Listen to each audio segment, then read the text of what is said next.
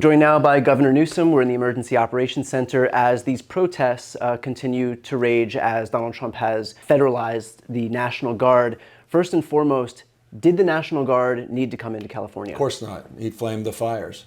This is exactly what he wanted. This is what he intended by illegally acting to federalize the National Guard. We're going to be initiating a lawsuit first thing tomorrow morning, and it did exactly what we told his team it would do. It would inflame the anxiety, would inflame the conditions, and the most important thing he can do if he wants this thing behind us is to rescind his order and to get back into some semblance of orderly life here that he created. Well, you had mentioned if he wants to reduce tensions that he will rescind this order, but isn't that the issue at hand here, that he doesn't want? No, he wants, he's literally created these conditions. He wants to exacerbate the problems. He completely colored them in. He overstated everything.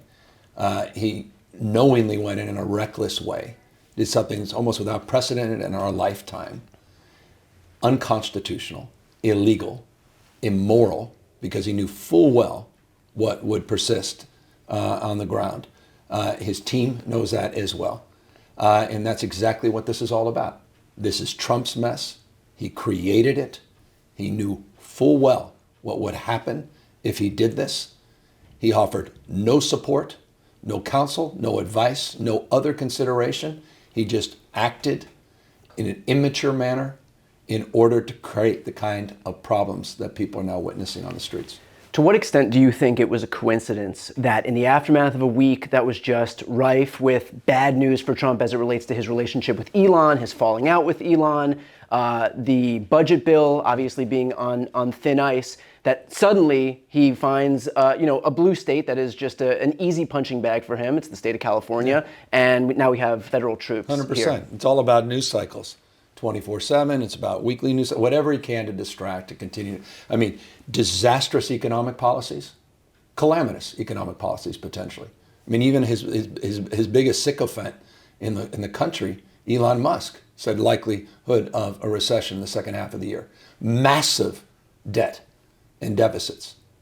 The absurdity of his claim that the economy is doing well. He's wrecking the economy. He's destroyed allies around the world. These great 90 deals in 90 days.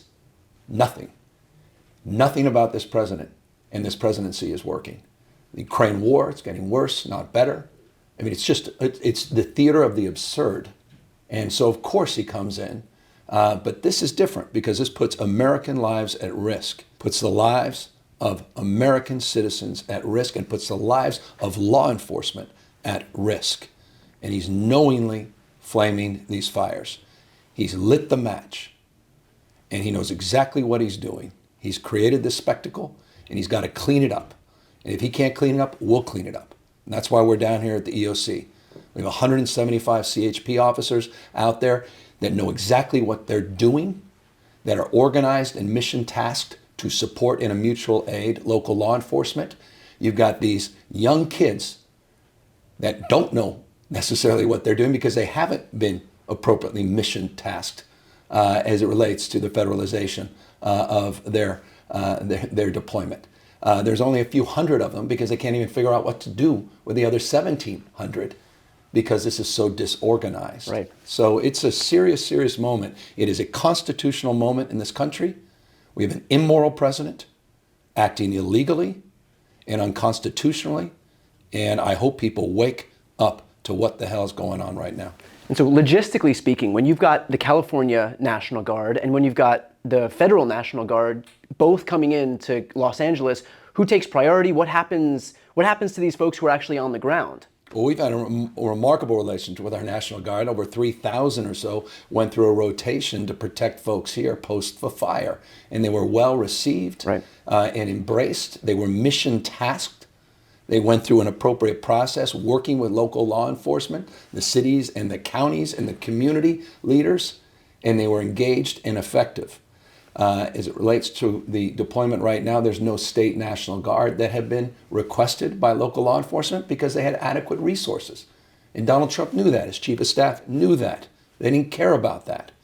And so they wanted to create conditions that would get worse because of their ignorance and recklessness in order to incite the kind of reaction that we're seeing on the streets, so that they can further incite by now apparently talking about bringing in the Marines into a United States city in 2025. And by the way, he attempted, we found out from his previous Secretary of Defense, Mark Esper, that he had attempted to get the military deployed in an American city previously, and Mark Esper wouldn't go along with this plan. And so now, do you have any confidence that Pete Hegseth will be as principled as Mark Esper was? Pete Hegseth's a joke.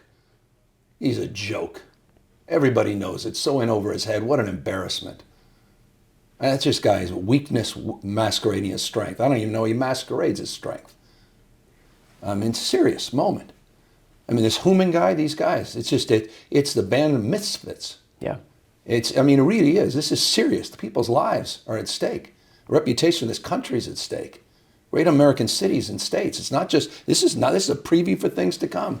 This isn't about LA per se. It's about us today. It's about you, everyone watching tomorrow.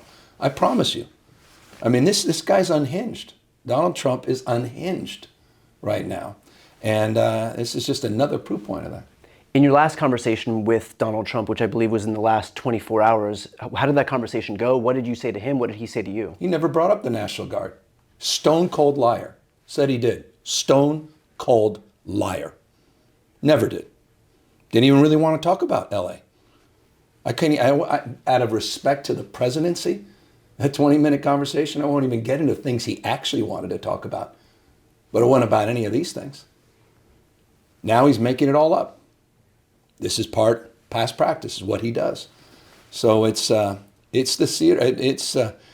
remarkable thing to experience in real time. And in real time, people's lives are at risk because of his recklessness. The last time a president federalized the National Guard in opposition to a state's governor was in 1963, when JFK did it in opposition to George Wallace in an attempt to integrate the University of Alabama. So that was a moment where the president stepped up to protect civil rights and expand civil rights. Now Donald Trump is doing the exact opposite. And so you're in a situation where you are in direct conflict to history here, because Donald Trump is now doing it to try and contract rights among citizens in the state. And so what's your reaction to the fact that this is the polar opposite of something that JFK did, that went down in the history books as a moment where he used his power for good to expand civil rights, and now Donald Trump is doing it in opposition to you to contract them? Yeah, I mean, as I said, it's unconstitutional, it's illegal, it's immoral.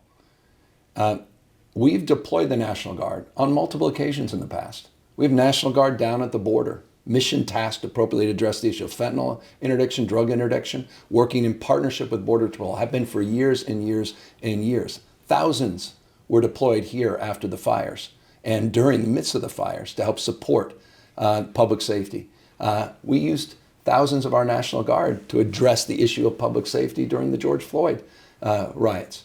The issue of the National Guard being deployed appropriately is under the jurisdiction of governors, not the President of the United States. And to your point, that he's using this to create division, he's using this to divide this nation, he's using this in a way knowingly that puts people's lives at risk so he can escalate the rhetoric, escalate his effort to continue to degrade these constitutional protections, those fundamental protections that we have frankly taken advantage, granted of for decades and decades, is extraordinary, and it's a deep point of contrast, certainly, to a real president, John F. Kennedy. This all obviously comes under the backdrop of these ICE raids happening, in a few major cities across the country, but now they're focused on Los Angeles. And so there are a lot of undocumented immigrants who've been in our community for years and years, decades. And so obviously seeing everything play out as it is right now, what's your message to that community who sees what's happening and, who have set up their entire lives here, who've built their families here, who are members in good standing of their communities here? Paying their taxes. Paying their taxes. 27% of this state is foreign-born. You've got mixed status families with good people who've been working decade-plus, hard workers that are not criminals. You want to go after the criminals? That's fine. I coordinate and collaborate with the federal government as it relates to criminals. We've worked together at CDCR, which is our state prison system, and we've collaborated for the last 7 years, 6+ years. I've collaborated as it relates to deportation of violent criminals. That's not what this is about. And so it sends a chill. I mean, these poor kids, elementary schools, fourth grade, just the other day, young child. The hell is that young child? How is the person's dangerous? Only person dangerous right now is an unhinged president of the United States that's inciting violence, who's inciting the conditions that he claims he's going to come in and fix. And so I hope he fixes this immediately by rescinding that illegal order immediately, and we'll clean up his mess. Obviously, as these protests continue to grow larger and larger, what's your message to protesters who've taken the streets out in LA? Well, just do it peacefully. Period. Full stop. I can't stand those idiots that are breaking cars or smashing windows. The hell is that? Any more than I can't stand the directive of the president. Yeah. Just, it's time to be peaceful. It's time to show up. I think that's extraordinary. It's incredibly important to show up. Just do it peacefully and call out those that are not being peaceful. And with respect, I know these National Guard men and women. I've been working with them. These are good kids. They're good kids. They're members of your community. Yeah. I mean, have their back as well. They're being mission tasked by the president, but that doesn't make it right to attack them either. Donald Trump sent down this illegal, unconstitutional directive to federalize the National Guard. When does this come to a head? Is this are you hoping for an injunction in the courts? We're going to immediately seek that first thing tomorrow morning. Absolutely. Look, that's all we got left. There's one, maybe two branches of government left. It sure as hell ain't the legislature. Right. I mean, Speaker Johnson, what a joke he is. Completely missing in action. He's got to clean up his own mess. He's got one of the most dangerous districts in America. 6 times, I think, the murder rate of Nancy Pelosi's district. Why the hell ain't talking about that on Fox News? Where's Donald Trump talking about the carnage in Speaker Johnson's district? But the real carnage is complete neglect. I mean, this is a guy who's complicit in increasing the national debt. Talk about our kids and grandkids. Another $2.5 trillion. So we're holding out hope. Founding fathers, 3 co-equal branches of government. Popular sovereignty, rule of law, and the courts need to intervene. And we've won more than we've lost. And California sued more than any other state in the country. And here we go, one more. Do you have a concern that he will ramp up his threats from just federalizing the National Guard to invoking the Insurrection Act? Yes. if this isn't dealt with? Of course. I mean, this is. I mean, what more evidence do we need of the authoritarian tendencies? It's not even tendencies now. Actions of this president is complete lawlessness.